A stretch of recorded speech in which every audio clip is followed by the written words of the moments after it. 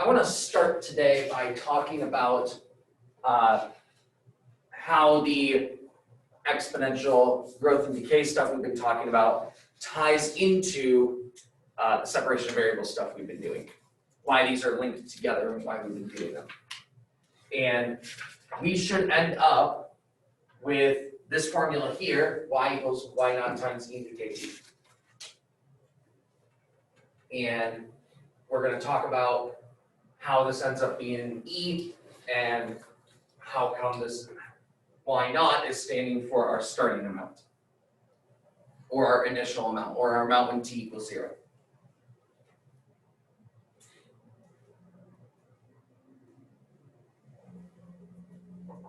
So we have dy dt equals ky.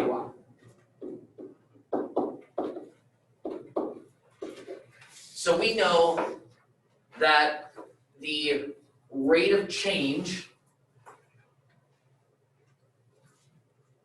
of this changes by a constant amount, right? The rate of change changes by this expression ky. So we're going to talk about how that becomes exponential. So we're going to separate out the variables. You got to divide by y here.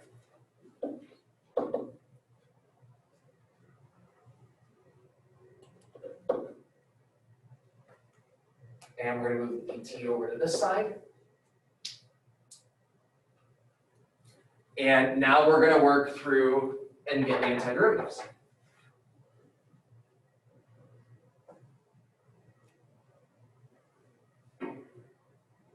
So over here,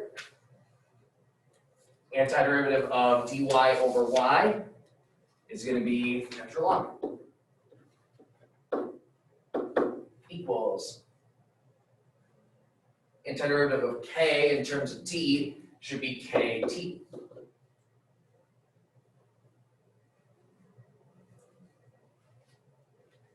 Plus c.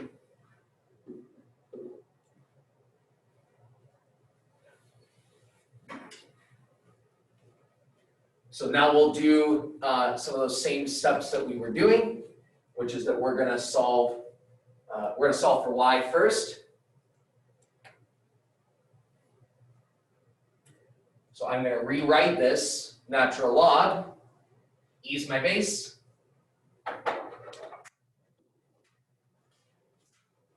Two, this is my exponent. Kt plus c equals. Now this will always be positive, so I'm going to put y there. Don't need absolute value because no matter what I put in here, the output will always be positive. Y equals e to the kt plus c. And now we're going to do this next trick, which is to separate out my addition with, separate out the addition and the exponents with multiplication. So we have e to the kt times e to the c. And just a reminder so that we don't get confused, because I've had a couple questions about it.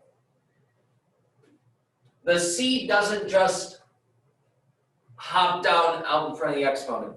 What we are doing is that any time we have something happening to c, what we are checking for is, do we still end up with a number? So let's say I have to take the equation and multiply by 5 on both sides. Then we have to figure out, if I take 5 times the numbers, it's still a number. Or is there now a variable put into play? And I need like c times x. Well, if I just take 5 times the number, that's still a number. So we're going to leave it as being c. So here what I'm doing is I'm saying e to the c. If I take e and raise it to the power of a number, oh, it's still a number. So I can still write it as c, as some number.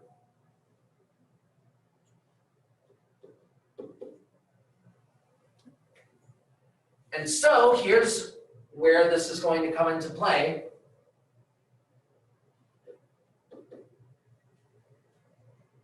is that if I have t being 0,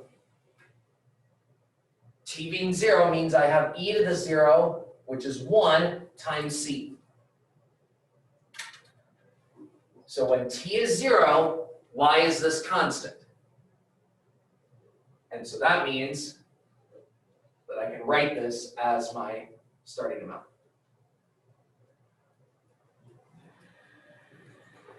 That's why it stands for the starting amount, because when t equals 0, the rest of that turns out to just be 1.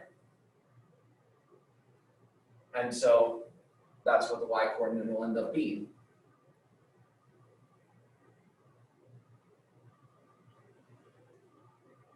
So that's how we can get from the differential equation with separation of variables out to having this equation that we've worked with. Speaking of which, we're going to work with it some more. So I'm going to take the last problem that's in that set of notes. We're going to keep along this thread. I'm going to take the last problem in that set of notes and we're going to try it. Which is this one. So I want to give you a couple minutes. And I want to see what information you can figure out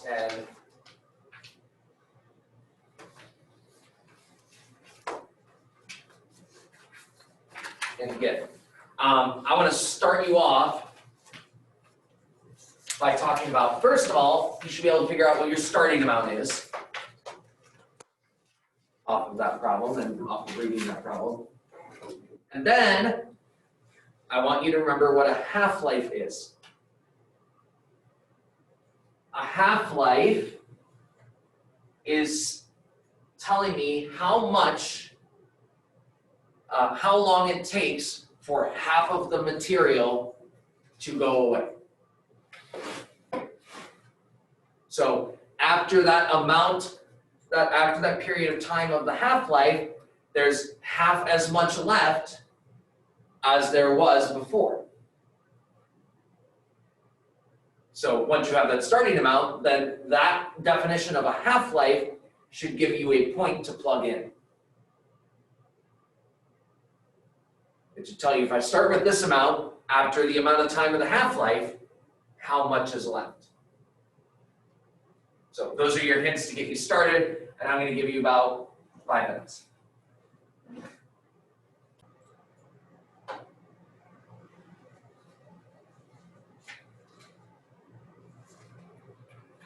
First of all, 10 should be your initial amount, your starting amount. Then half-life, here's my half-life definition, that after the half-life is 24,360 years. So after 24,360 years, how much is left? About half of it.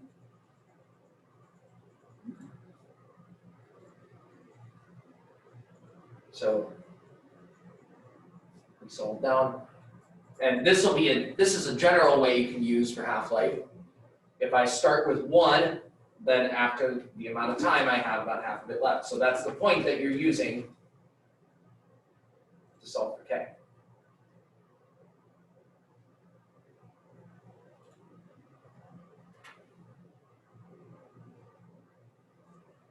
So rewrite with the natural log. The exponent goes over here. Natural log of 1/2. And then divide by 24,360.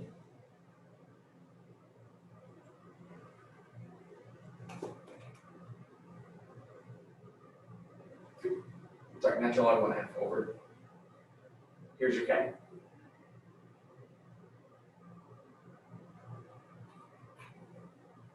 So then, that decimal goes back in here for k.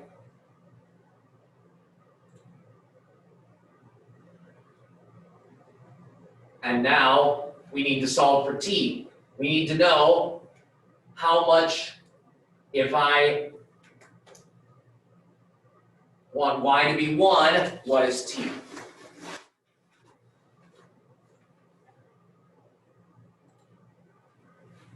So we do some natural log stuff.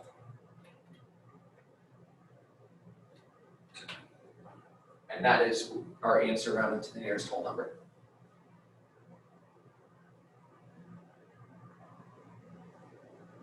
So we did the same process that we had done last time, which was we got our initial amount. We plugged in a point. This time we got it with knowing what the half-life meant and what it was. And use that to solve for k. And then plug back in for k to solve for the point that we were actually interested in. That's over there in blue.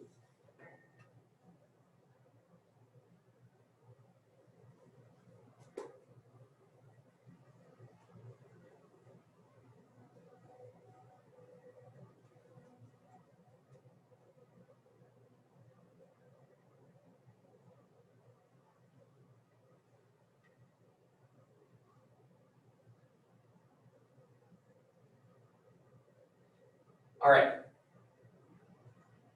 I want to jump forward a little bit and start talking a little bit more about the particle stuff that we had done this week or yesterday. We started it yesterday. And I want to actually give a couple of problems that you do not have in the notes, but that I want to work through. We're also going to work through a lot of it on Monday. So I'm going to open up a problem for you.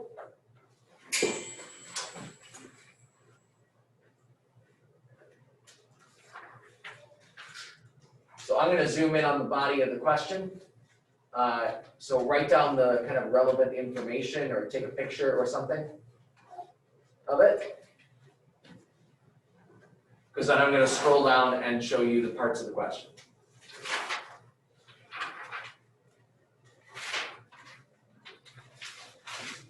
So the things you need to write down and make sure you have, you should know this is a graph of B of t.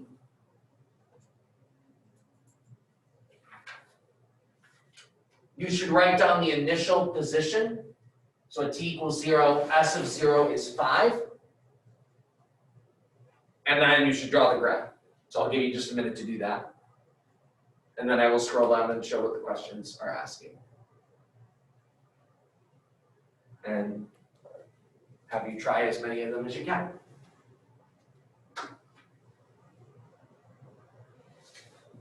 The numbers, the 15, the 11, and the 4 are the areas between those points in the x-axis.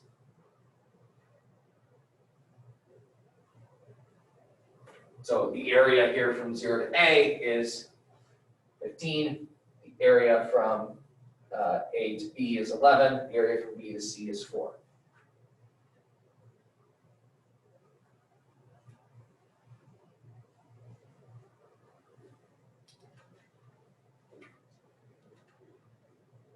So again, this is a graph of velocity. Position at 0 is 5.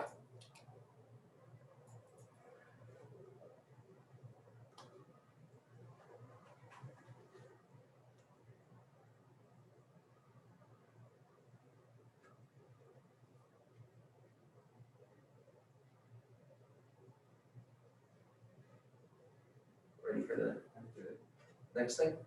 Okay. Here are the questions I'm asking.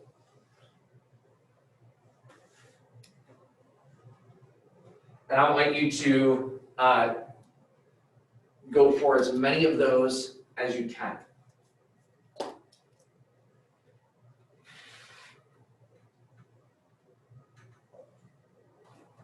So again, I will give you about 5 minutes to give some of these a try.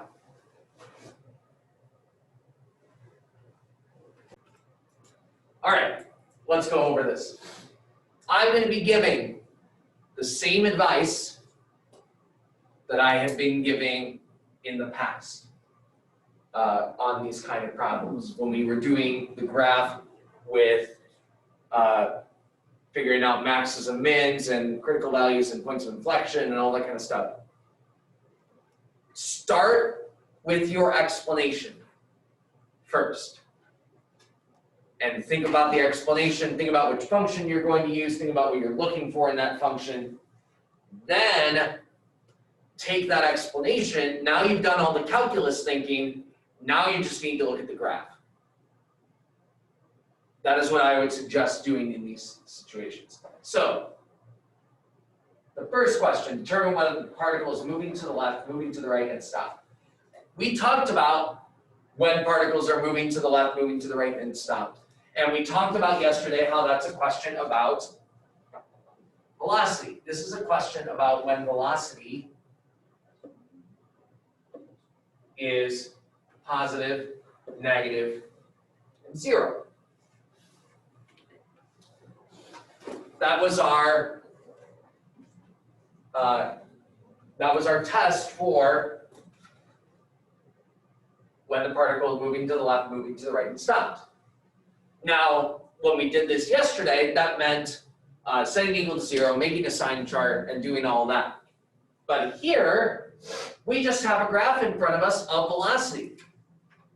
So when is it positive, negative, and 0? Well, let's just look at the graph and see where it's positive, negative, and 0. So when we are moving to the right is when this graph is positive. Well, this graph is positive from 0 to A. And the graph is positive again from B to C.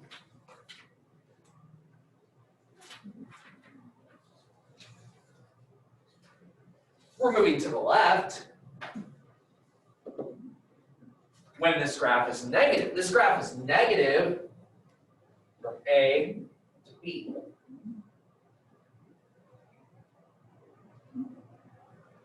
And it stopped when this graph of velocity is 0.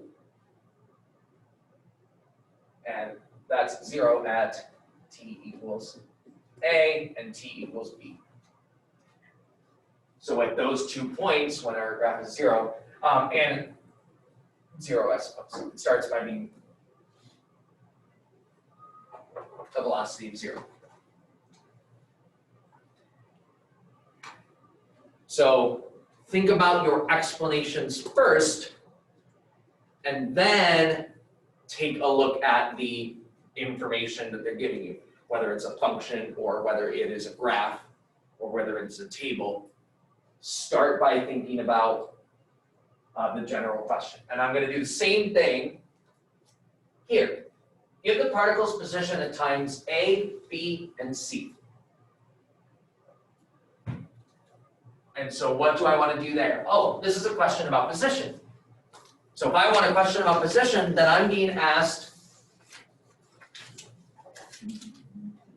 I'm asking a question about the integral of velocity. Right, that has to be a question about the integral of velocity.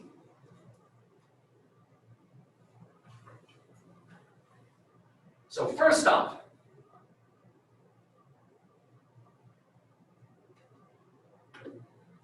position at A is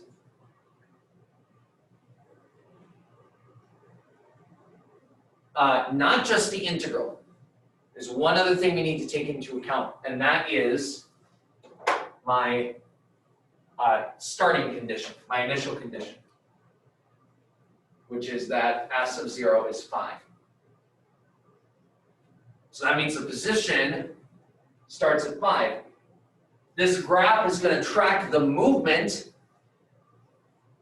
after we have started at 5, but it can't tell me where it started. That's why it's giving you that starting position. So we're measuring from 5. This integral will tell me how far I traveled from there, right? It'll tell me how far to the left and right I moved from there, but we need that starting position to go from. So S of A is the integral from 0 to A of v of t dt.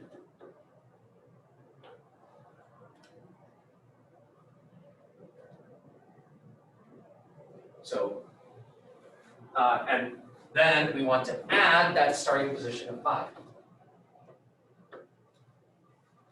Well, the integral from 0 to A of v of t dt, well, that's the area underneath this curve, which it says is 15.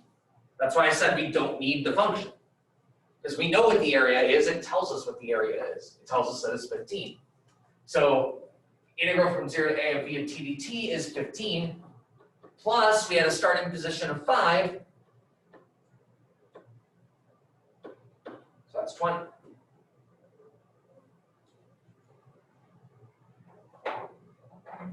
I'll show B, and then I'll leave you to do C. At B,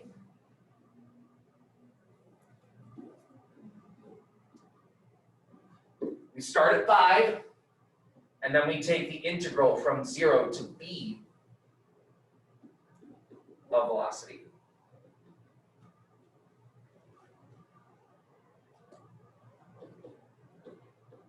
And what's the integral from 0 to B? It's the areas. And the areas from 0 to B, we have adding 15. But then the area from A to B is below my x-axis, and so it counts as negative. So minus 11. So it's 5 plus 4, which is 9. So if you think about this in terms of the particle's motion, the particle's position, what we're saying is that the particle's starting at 5, and then it's moving to the right 15, right? We said in part A that it's moving to the right from 0 to A. It's moving to the right 15, and then from A to B, it's moving back to the left 11. So it starts at 5, moves to the right 15, and moves to the left 11, so it should end up at 9. And then I'll tell you the integral from 0 to C should end up being 13 if you're doing it right.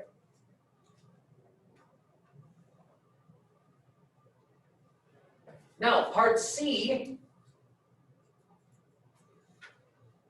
says find the total distance traveled.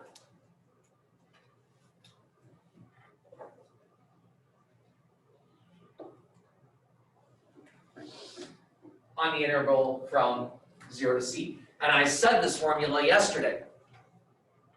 The formula for total distance traveled is the integral from 0 to C of the absolute value of v of t dt. And this is a formula that you should be putting down on your paper. Even if you don't quite know how to compute it on the graph, if you put the integral from 0 to C of the absolute value of v of t dt, then you're probably going to get credit for a point for knowing that that is total distance traveled. And then calculating it might be another point. So again, we are just writing it in terms of what we know about position, velocity, and acceleration in general, without looking at the graph. And then let's talk about the graph. On the graph, total distance traveled, integral from 0 to C. We don't use the initial condition this time. We don't care where we started. We want to know how far we traveled in the interval. So from 0 to C, the absolute value says count all the areas as positive. Remember, we counted that 11 as being a negative area. Now we don't want to. We want to just say that it's 15 plus 11 plus 4, which is 30. Done. So again, this is why I say we don't need functions here.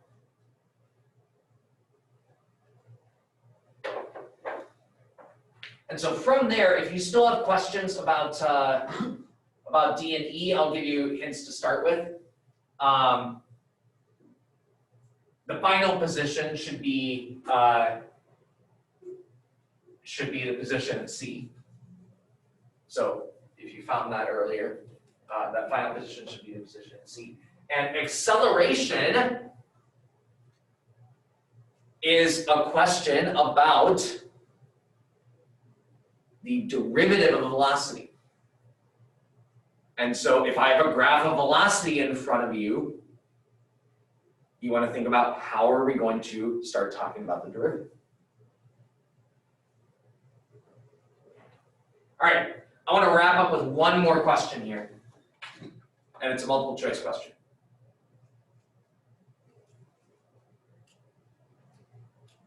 So we're going to do one more question here. And then I'll let you go.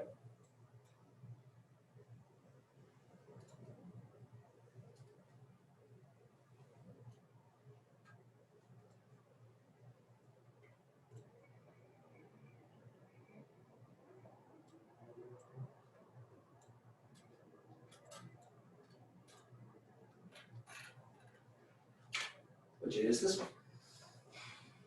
So I'll give you about a minute to look at it.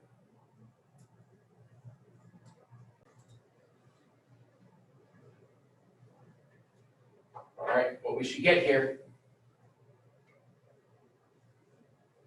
Integral, this is not a total distance traveled. This is asking for the position, so we're just going to use the integral of velocity from 0 to 5. And if we want that final position, like we just talked about, we also need to factor in where we started. At 0, our starting position was at 3. So this part gives, we started at 3. So at 0, we started at 3. And then from 0 to 5, how far did we move? In comparison to where we started at 3. So there's your answer. So this is, here's where we started, and then how far did we move from there? That'll tell me where I ended up.